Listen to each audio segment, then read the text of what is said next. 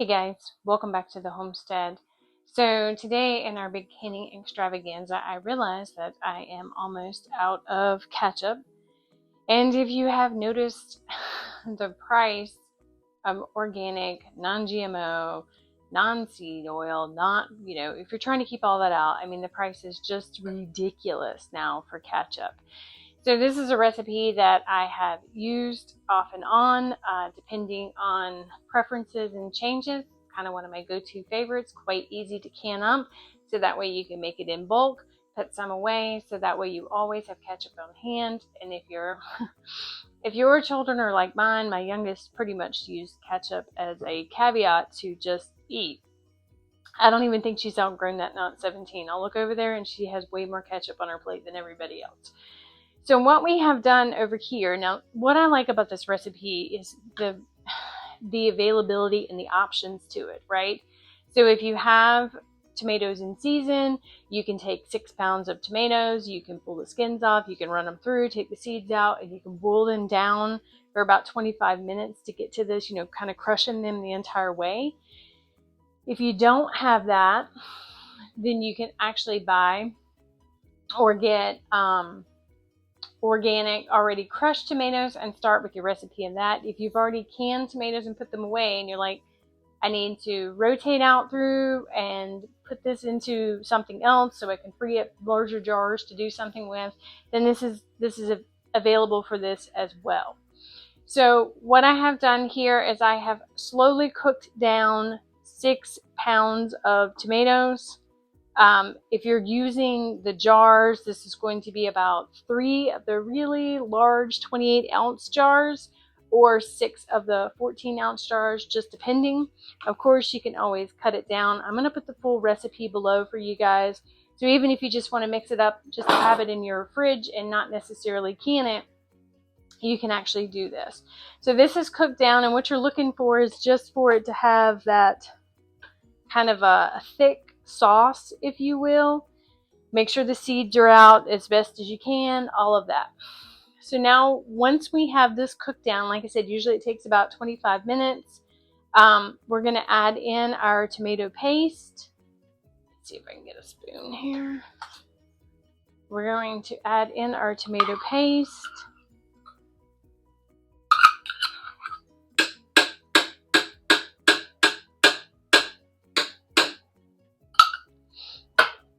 Our white vinegar. And that's going to cool it down just a little bit. So we're just going to kind of stir this in and let it come back to that slow boil, right? You're not going to want to do this too hot because, tomato paste, tomato sauces, right? They can pop out, and when they attach to you, it's like lava on your skin. If you are doing this, make sure you have some lavender oil or something nearby. So if it does pop on you, you can put it on it to kind of help with the burn.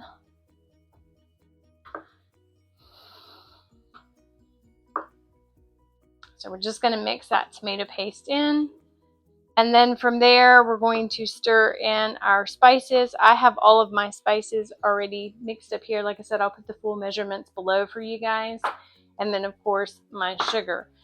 You can put the sugar in that you like for your sweetness, because it's more of cooked down tomatoes and not a tomato base or a tomato paste start. It will be a little bit more bitter. So if it's a little bit more bitter, I add more sugar. If I was doing more tomato paste, because I've seen some recipes that's pretty much made strictly from tomato paste, I probably wouldn't put as much sugar in those because tomato paste is a little bit sweeter. So I'll put the amount that I like below in mine, and then you guys can kind of play with it from there. So we're just going to stir that in, making sure we keep an eye on our bubbly. It's not getting too hot too fast.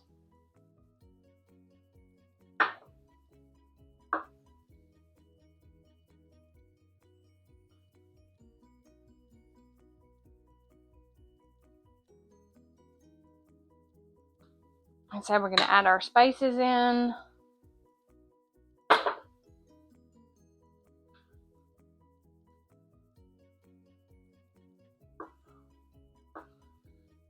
And then once we get this all mixed together, we're just going to kind of let this simmer and blend together for about 5-10 minutes. We're not really trying to cook it at this point. We're just trying to infuse our spices into our tomatoes. Once this is done, you could literally just take it, put it in a jar, let it cool down, and then stick it in the fridge. If you really wanted, I think, well, we've got almost 80 ounces of ketchup here. I mean, it depends on how fast your crew goes through it. What I'm actually going to do for this, since we're canning this up to put some away for later, I'm going to put it in 1/2 pint jars.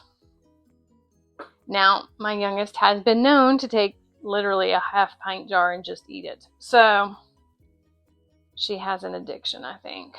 But, so for this, we're just going to kind of, like I said, let this cook for 5 minutes. And then when I come back, we're going to put it in our jars and start the canning process.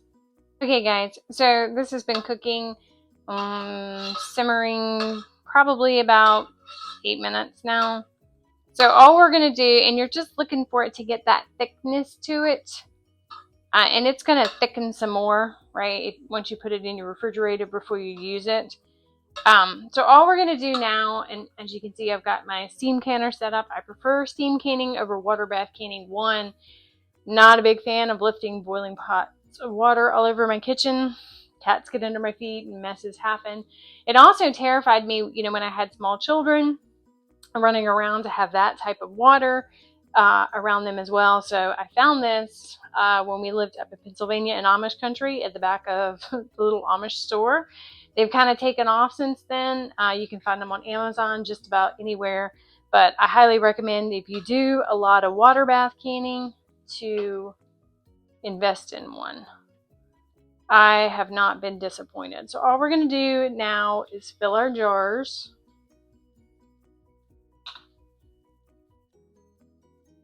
Leaving us our headspace. And I have another jar over here because, again, I know I have more made than what I can put away. So what I want to make sure is I go ahead and restock my fridge. So later in the week, if I make meatloaf or home fries or hash or anything like that, that I've already got some in the fridge ready to rock and roll.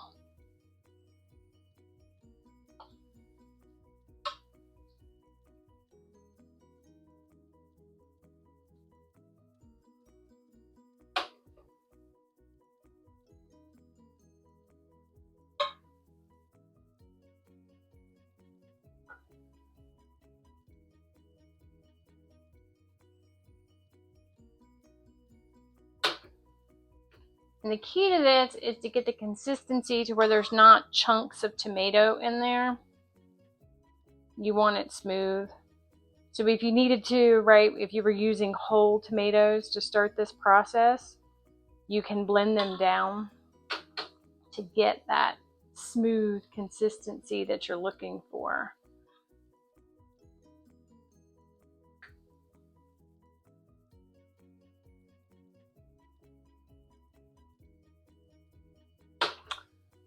And I've got enough to put me 2 nice size containers in the fridge. The good thing about this is when you put it together, got a mess going on over here. Yeah, we'll just wash that up later. When you put this together, what you actually will end up doing, it'll last up to 4 to 6 weeks in your fridge. So it's not like you have this urgency. And I've got some vinegar on my towel here. And we're just going to wipe that around the edges to make sure we get a good seal. There's nothing goopy there.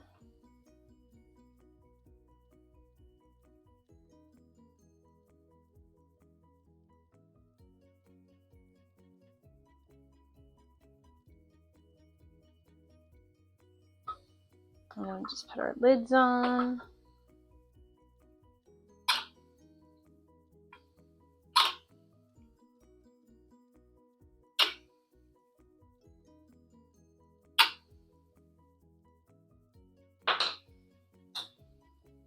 Again, same process, just hand tighten them down.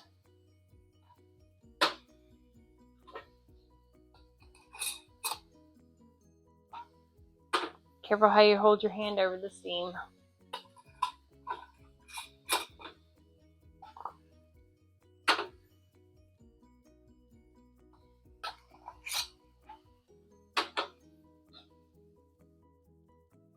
And you could do these in pint jars too.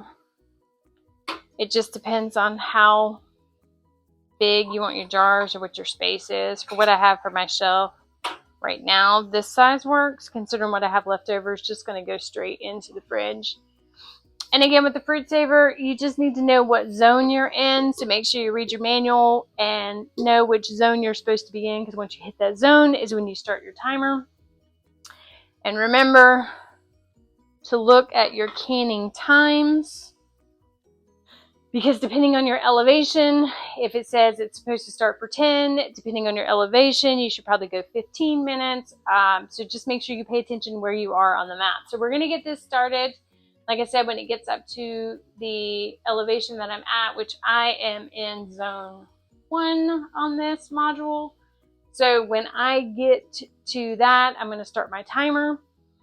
And then we're going to go for the full length of that timer. And then we're going to let this canner sit for about 5 minutes with the heat off afterwards. Again, what you're trying to do is to prevent that siphoning or anything like that. And just kind of let it cool down a little bit before you go and take the top off. If you're busy and you just want to turn the heat off and you're not going to can anything else, then you don't have to work with that urgency, or you don't have to work with any urgency. You can just turn it off and come back later. It's not going to hurt them to sit in there for a few minutes. Again, this is a steam canner. So it's not like they're going to be buried in water. You have this large pot of stove sitting on your counter that you need to get rid of, before your curious toddler or your crazy cat gets into it. So I'm going to jar the rest of this up for my refrigerator. And then once this is done, I will come back and I will show you the final product. Hey guys, so this has fully processed and I've allowed it to sit here and cool for a few moments. So all we're going to do now is take them out of the canner, but I did realize I was running my mouth with you guys and I forgot to take the air bubbles back out. So I opened them all up, took the air bubbles out, topped them off a little bit more, and wiped the rims and put them back in here. And that's the good thing about this. Like, if you realize that you didn't process something long enough, right? Like if you were doing some sort of fruit and you were supposed to process it for 20 because of your elevation, but you read it wrong and you processed it for 15, just process it again. Throw it right back in the moment you realize it. Now, of course, if it's been 2 weeks, probably wouldn't do that. But most of us realize the moment that we put it on the shelf and we're admiring our stuff that we forgot something in the process, which is always fun.